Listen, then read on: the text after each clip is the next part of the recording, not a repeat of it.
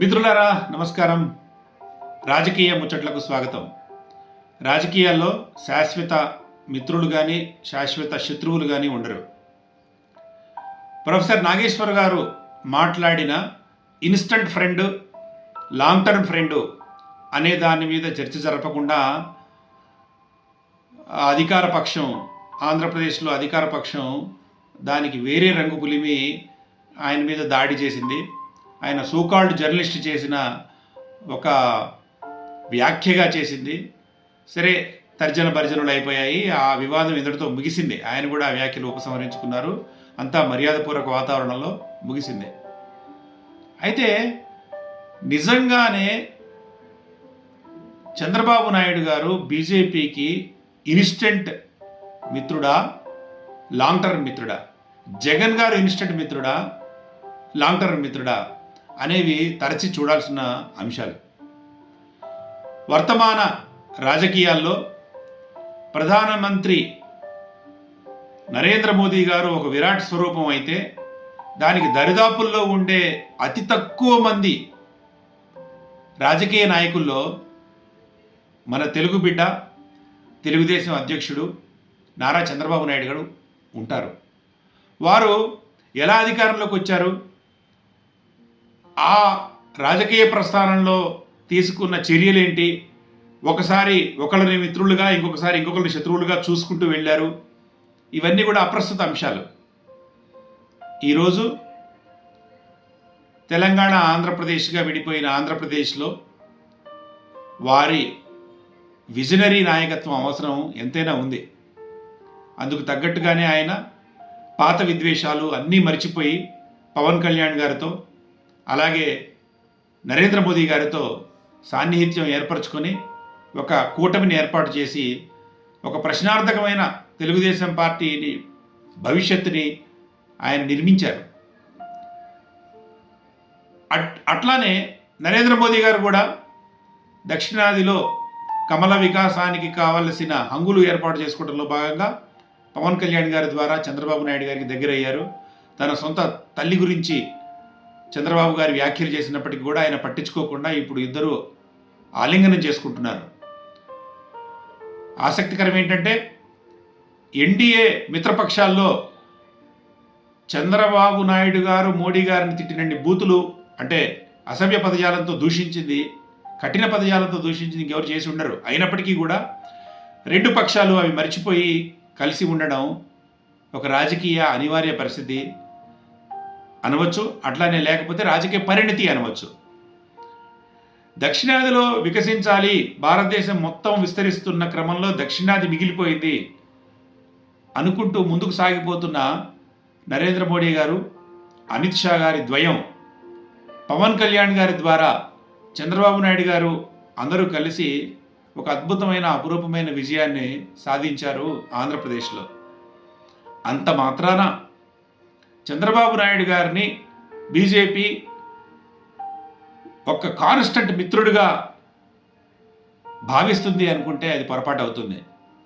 ఈరోజు బెంగాల్లో మమతా బెనర్జీ గారు, తమిళనాడులో స్టాలిన్ గారు అధికారంలోకి వచ్చి ఉండి కొద్ది రోజుల తర్వాత రాజకీయ పరిణామాలు కొన్ని మారి ఈ జన్జీ ఉద్యమమే ఒక పెద్ద మహోద్యమంగా రూపు దాల్చుకొని ఉన్న రాజకీయ పరిణామాల్లో చంద్రబాబు నాయుడు గారు ఇట్లానే వెళ్ళి మోడీ గారిని ఆలింగనం చేసుకుంటారని చెప్పడం చాలా కష్టం.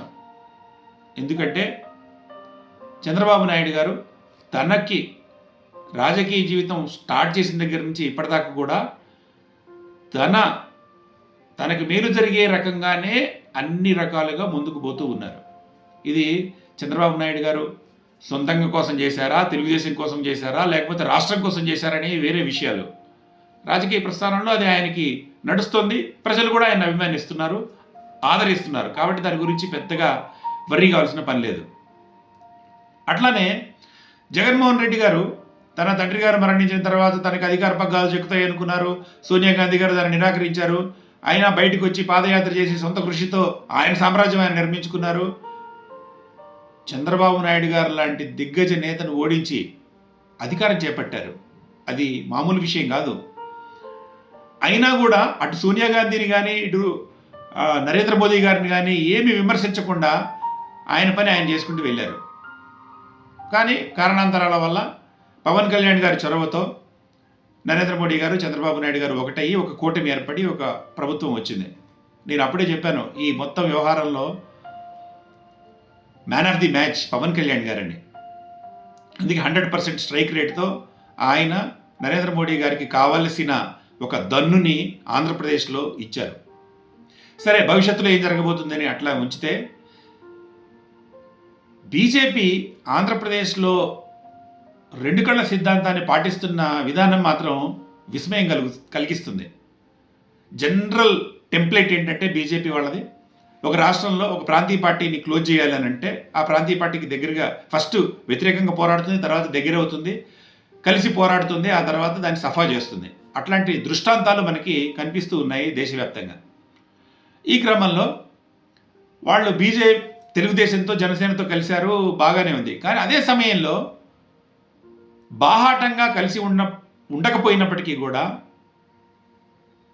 వైఎస్ జగన్మోహన్ రెడ్డి గారి పట్ల ఖచ్చితంగా ఎంతో ప్రేమతో వ్యవహరిస్తున్నారు. కారణాలు ఏదైనప్పటికీ దీన్ని సింబయోటిక్ రిలేషన్ అని అంటారు. నా అవసరం నీకు, నీ అవసరం నాకు ఉండటం వల్ల కావచ్చు. ఏదేమైనప్పటికీ కూడా చంద్రబాబు నాయుడు గారు తనని జైలుకు పంపిన దానికి ప్రతీకారంగా జగన్మోహన్ రెడ్డి గారిని జైలుకి పంపాలన్నా పంపే పరిస్థితి లేదు. పవన్ కళ్యాణ్ గారు బహిరంగ సభల్లో జగన్ నిన్ను కేంద్రాన్ని పెట్టుకుని నిన్ను ఆడిస్తాను అని అన్నారు, అది జరిగే పరిస్థితి లేదు. అయినా కూడా జగన్మోహన్ రెడ్డి గారు విపక్షంలో ఉండి చిద్విలాసంగా తన పని తాను చేసుకుపోతున్నారు. తన మీద సిబిఐ, ఈడీ కేసులు ఉన్నా కూడా ఏమి జరగకుండా హ్యాపీగా సాగిపోతున్నారు. అంటే దీని వెనక తెర వెనకంతా నడిపిస్తోంది బీజేపీ అధికార గణం. ఇది మంచా చెడా తప్ప ఉప్ప ఈ వర్తమాన రాజకీయాల్లో ఈ చర్చకి తావులేదు. అధికారమే పరమావధిగా దూసుకుపోవడం, దానికి కావలసిన ఎన్ని అస్త్రాలు, ఎలాంటి అస్త్రాలైనా ప్రయోగించడం, గెలవటం అనేది ఈ వర్తమాన రాజకీయాల ఒక విజయ సూత్రం.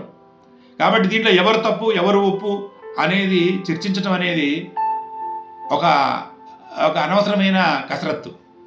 అయితే చంద్రబాబు నాయుడు గారికి, జగన్మోహన్ రెడ్డి గారికి పోల్చితే తెలుగుదేశం శ్రేణులకు కోపం వస్తుంది. కానీ జగన్మోహన్ రెడ్డి గారు ఏ విషయాల్లో వెనకబడి ఉండడం వల్ల చంద్రబాబు నాయుడు గారిని ఢీకొనలేకపోతున్నారు అనేది మనం ఈ ఆదివారం పూట సరదాగా మాట్లాడుకోవచ్చు. ముఖ్యంగా రెండు అంశాల్లో జగన్మోహన్ రెడ్డి గారు చంద్రబాబు నాయుడు గారిని ఢీకొనలేకపోతున్నారు.